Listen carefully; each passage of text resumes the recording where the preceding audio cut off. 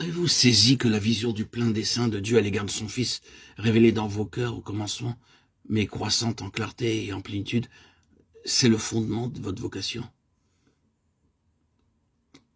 J'ai cette confiance que rien de ce qui a été dit ne pourra affecter votre désir ni votre dévouement à l'égard de la simplicité dans le témoignage ou de l'annonce du salut. Mais souvenez-vous de cela, pour parvenir à la plénitude, vous devez voir beaucoup plus que tout cela. Vous irez aussi loin que le permettra votre vision, c'est pourquoi nous avons tous besoin de la prière de Paul, afin que Dieu vous donne un esprit de sagesse et de révélation dans sa connaissance, en ayant les yeux de vos cœurs illuminés, afin que vous connaissiez quelle est l'espérance de son appel, quelle est la richesse de son héritage dans les saints, et quelle est l'infinie grandeur de sa puissance envers nous qui croyons. Éphésiens 1, 17-19.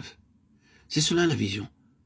Et alors, comment cela est écrit dans Ésaïe 25-7? Sur cette montagne, il détruit, engloutit le voile qui voile tous les peuples, la couverture qui est étendue sur toutes les nations. Que signifie cette montagne? De quelle montagne s'agit-il? C'est de Sion. Mais cette montagne littérale, le mont Sion, ce promontoire rocheux à Jérusalem, a-t-il été l'instrument pour ôter le voile qui est sur toutes les faces? Bien sûr que non. Qu'est-ce donc Sion? Dans son interprétation spirituelle, Sion représente ce peuple qui vit véritablement la complète souveraineté du Seigneur. Il est dit dans le contexte immédiat, il a anéanti la mort pour toujours. C'est par son triomphe, le triomphe de sa croix et de sa résurrection, qu'il vient à nous. Vous êtes approché de la montagne de Sion, Hébreux 12-22. Sion, c'est le domaine de son absolue seigneurie, et un peuple vivant réellement ce que signifie cette souveraineté. C'est alors que le voile est enlevé. Ce que le Seigneur désire ici et là, ce sont ces cellules, ces petites compagnies de gens vivants dans sa victoire, dans les réalités de la puissance de sa victoire qui a englouti la mort. Et là où cela se rencontre, les gens verront, ce sera un instrument pour ôter le voile qui est sur la face des autres. Là où se trouve une telle assemblée, voyez le Seigneur. Lorsque vous rencontrez ces personnes, vous êtes en contact avec les réalités célestes.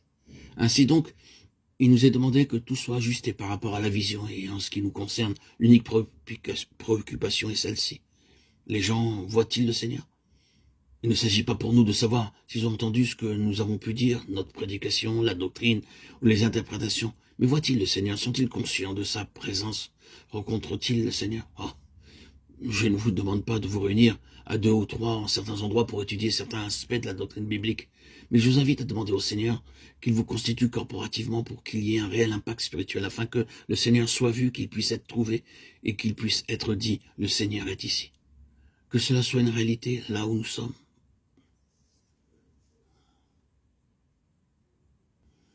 Frères et sœurs en Christ, que cela puisse se réaliser, que nous puissions avoir la vision pour que notre vocation soit intégrée. Ainsi, nous pourrons aller de l'avant.